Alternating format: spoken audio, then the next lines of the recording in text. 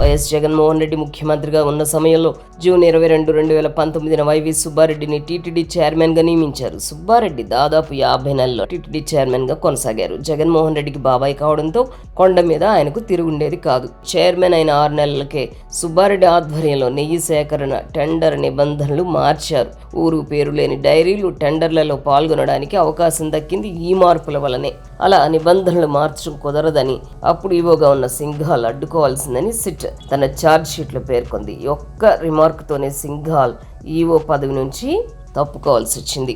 SIT కోర్టుకు సమర్పించిన తుది ఛార్జ్ షీట్లో సుబ్బారెడ్డి పేరు లేకపోవచ్చు గాని కల్తీ నెయ్యి కుంభకోణంలో సుబ్బారెడ్డి ప్రధానంగా ప్రజలు అడుగుతున్న 3 ప్రశ్నలకు సమాధానం చెప్పాల్సి ఉంటుంది. మొదటి ప్రశ్న, 2019లో ప్రభుత్వం మారకముందు నెయ్యి సేకరణ టెండర్లలో పాల్గొనడానికి కఠినమైన నిబంధనలు ఉండేవి. సుబ్బారెడ్డి చైర్మన్ అయిన 6 నెలలకే వాటిని ఎందుకు సడలించారు? ఎవరి కోసం సడలించారు? ఈ సడలింపు వల్లే కదా కల్తీ నెయ్యి రావడానికి అవకాశం ఏర్పడింది. ఈ తప్పుకు బాధ్యుడు సుబ్బారెడ్డి కదా.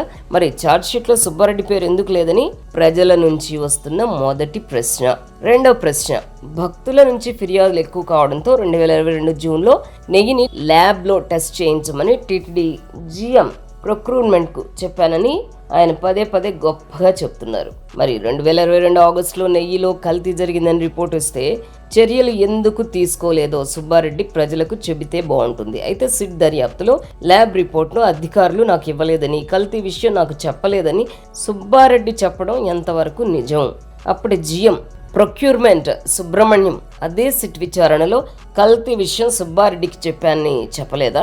ఒకవేళ అప్పుడే కల్తీ విషయం బయటపడి ఉంటే భోలే బాబా డైరీని బ్లాక్ లిస్ట్లో ఎందుకు పెట్టేవారు? అదే ఆగస్టులో కొద్ది రోజుల తర్వాత భోలే బాబా డైరీకి టెండర్లు కట్టబెట్టడంతో కల్తీకి గేట్లు లేపినట్టయింది. మూడో ప్రశ్న, సుబ్బారెడ్డి పిఏ చిన్నప్పన్న డైరీల నుంచి కిలో నెయ్యికి 25 రూపాయల చొప్పున కమిషన్ డిమాండ్ చేయడంతో భోలే బాబా డైరీ డైరెక్టర్ విపుల్ జైన్ హైదరాబాద్లో సుబ్బారెడ్డిని కలిసి అప్పన్న కమిషన్లు అడుగుతున్నాడని ఫిర్యాదు చేస్తే దాని మీద సుబ్బారెడ్డి ఎటువంటి చర్య తీసుకోలేదు. ఎందుకు చర్యలు తీసుకోలేదు అనే విషయాన్ని సిట్ విచారించిందో లేదో తెలియదు. అదే అప్పన్న ఈ కేసులో నిందితుడు A24 98 రోజులు జైలు జీవితం గడిపి ఇటీవల బెయిల్ మీద బయటకు వచ్చాడు. సిట్ ఈ 3 పాయింట్ల మీద విచారణ చేశారో లేదో తెలియదు. ఇంతటి బలమైన ఆరోపణలున్న సుబ్బారెడ్డిని ఎందుకు నిందితుడిగా చేర్చలేదో సిట్ చెప్తే బాగుంటుంది. సుబ్బారెడ్డి మాత్రం బయట శ్రీరంగ నీతులు చెప్తున్నారు. తాను ఏ తప్పు చేయలేదని, కావాలంటే లై డిటెక్టర్ పరీక్షలకైనా సిద్ధమని బిల్డప్లు ఇస్తున్నారు. పనిలో పనిగా కల్తీ నెయ్యి తప్పంతా టీటీడీ అధికారులపైకి నెట్టేయడం కోసమెరుపు.